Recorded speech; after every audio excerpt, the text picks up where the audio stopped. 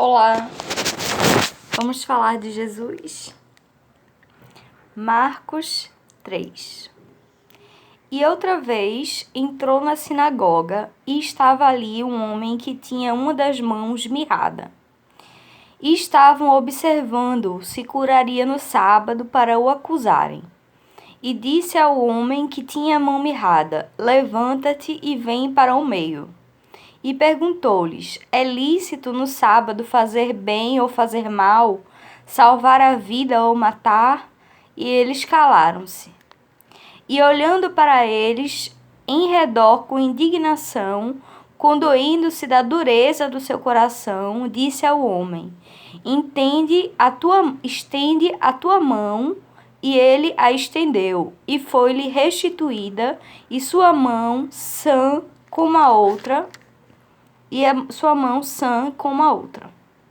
E tendo saído os fariseus, tomando logo conselho com os herodianos contra ele, procuraram ver como o matariam.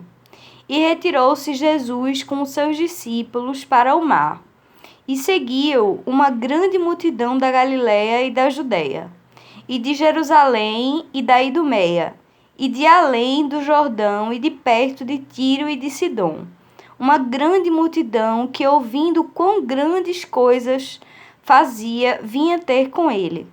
E ele disse aos seus discípulos que lhe tivessem sempre pronto um barquinho junto dele, por causa da multidão, para que não o oprimisse.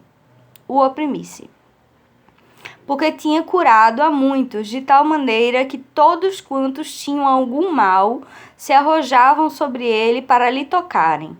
E os espíritos imundos, vendo-o, prostravam-se diante dele e clamavam, dizendo: Tu és filho de Deus. E ele os ameaçava muito para que não o manifestassem. E subiu ao monte e chamou para si os que ele quis, e vieram a ele. E nomeou 12 para que tivessem com ele e os mandasse a pregar. E para os que tivessem o poder de curar as enfermidades e expulsar os demônios. A Simão, a quem propôs o nome de Pedro, e a Tiago, filho de Zebedeu, e a João, irmão de Tiago, aos quais pôs o nome de Boanerges, que significa filhos do trovão, e a André, e a Filipe, e a Bartolomeu, e a Mateus, e a Tomé, e a Tiago, filho de Alfeu, e a Tadeu, e a Simão, o Zelote, e a Judas Iscariotes, o que o entregou. E foram para uma casa, e afluiu outra vez a multidão, de tal maneira que nem sequer podiam comer pão. E quando os seus ouviram isto, saíram para o prender, porque diziam: Está fora de si. E os escribas que tinham descido de Jerusalém diziam: Tem Beelzebu, e pelo príncipe dos demônios expulsa os demônios. E chamando-os a si, disse-lhes por parábolas: Como pode Satanás expulsar Satanás? E se um reino se dividir contra si mesmo, tal reino não pode substituir. E se uma casa se dividir contra si mesma, tal casa não pode substituir. E se Satanás se levantar contra si mesmo, e se for dividido, não pode substituir, antes tem fim. Ninguém pode roubar os bens do valente, entrando-lhe em sua casa, se primeiro não miniatar o valente, e então roubará a sua casa.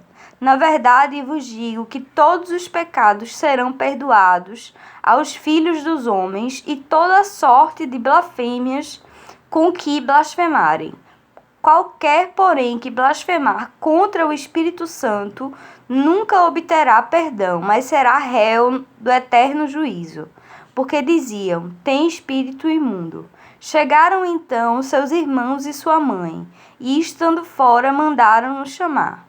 E a multidão estava sentada ao redor dele, e disseram-lhe: Eis que tua mãe e teus irmãos te procuram e estão lá fora. E ele lhes respondeu, dizendo: Quem é minha mãe e meus irmãos? E olhando em redor para os que estavam assentados junto dele, disse: Eis aqui minha mãe e meus irmãos.